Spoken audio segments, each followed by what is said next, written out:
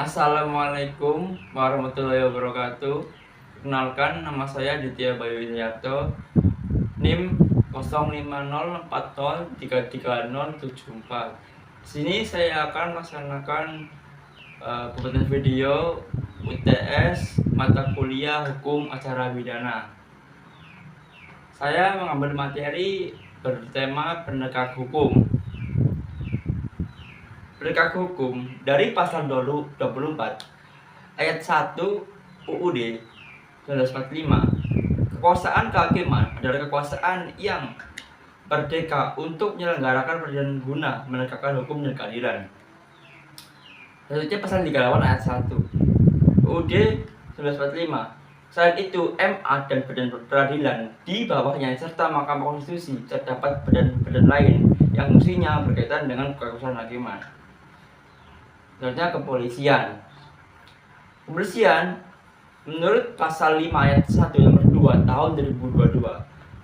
Kepolisian negara Indonesia merupakan alat negara yang berperan dalam memelihara keamanan dan ketertiban masyarakat, menegakkan hukum, serta memberi perlindungan, pengayoman, dan pelayanan kepada masyarakat dalam rangka terpeliharanya keamanan dalam negeri ini.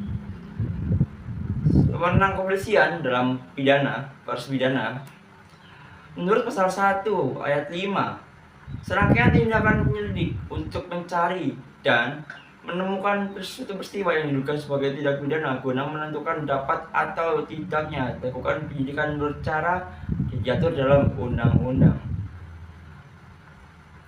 Atas perintah penyidik dapat melakukan tindakan berupa 1. Penangkapan, larangan meninggalkan tempat, penggeledahan, dan penyitaan. Selanjutnya, pemeriksaan, penyitaan surat. Selanjutnya, mengambil sidik jari dan memotret seseorang. Selanjutnya, membawa dan menghadapkan seseorang pada penyidik. Menurut KUHP, saya KUHP, pasal 1 ayat 1 penyidik adalah pejabat polisi negara Republik Indonesia atau pejabat pegawai negeri sipil tertentu yang diberi wewenang khusus oleh undang-undang untuk melakukan penyidikan, seperti yang saya jelaskan tadi.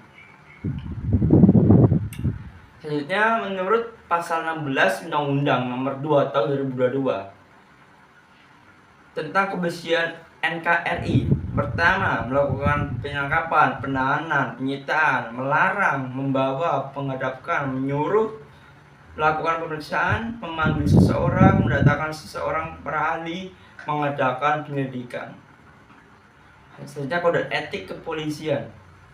Singkatan dari kode etik profesi Polri adalah seperangkat norma atau aturan yang menjadi dasar etika filosofi berkaitan dengan perilaku dan ucapan anggota Polri dalam menjalankan tugas, wewenang, dan tanggung jawab. Sebenarnya tujuan dari kode etik kepolisian untuk memastikan penerapan etika kepolisian yang profesional dalam hubungannya dengan masyarakat dan bisa memberikan keyakinan kepada pemeriksa untuk melaksanakan pemeriksaan pendahuluan,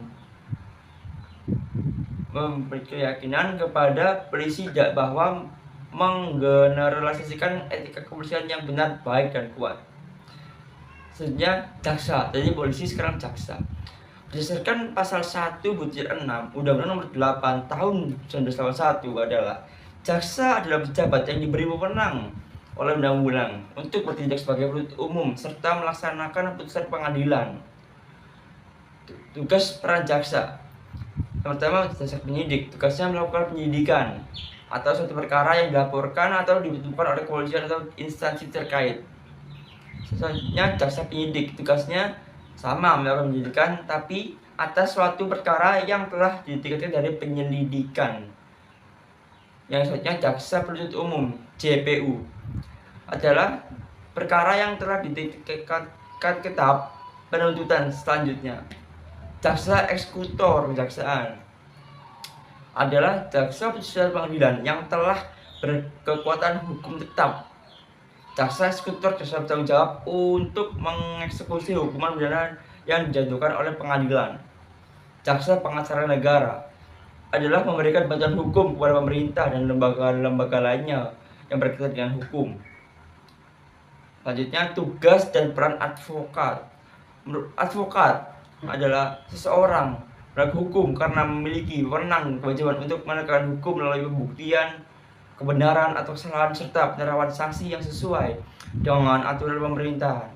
Kode etik advokat.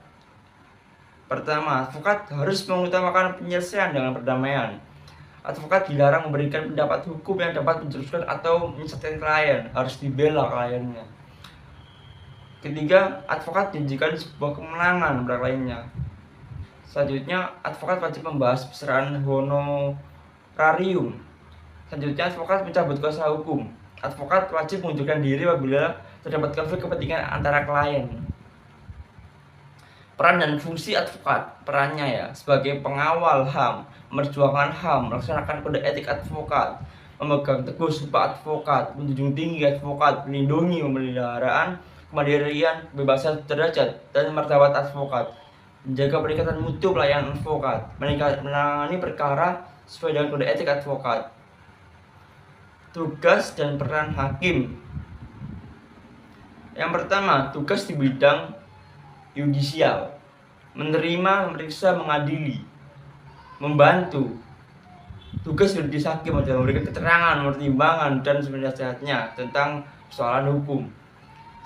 Selanjutnya, mengkonstatir, mengkualifikasi, mengkonstitutur. Tugas dan tujuan lembaga kemasyarakatan. Sistem peradilan pidana terbagi menjadi 3 tahap. Sebelum sidang pengadilan, tahap sidang pengadilan dari tahap setelah pengadilan. Dalam mekanisme sistem peradilan pidana mensyaratkan adanya kerja antara subsistem agar sistem peradilan pidana dapat berjalan dengan baik. Selanjutnya, tugas dan tujuan lembaga kemasyarakatan. Lembaga kemasyarakatan mempunyai tugas dan kewenangan untuk melaksanakan serangkaian kegiatan pembinaan, mempunyai tujuan dan sistem masyarakat. WBP, warga binaan permasyarakatan singkatannya. Sebagai warga, diulanginya tindak pidana yang dilakukan oleh WBP serta merupakan terapan dan bagian yang tak terpisahkan dari nilai yang terkandung dalam Pancasila. Terima kasih. Wassalamualaikum warahmatullahi wabarakatuh.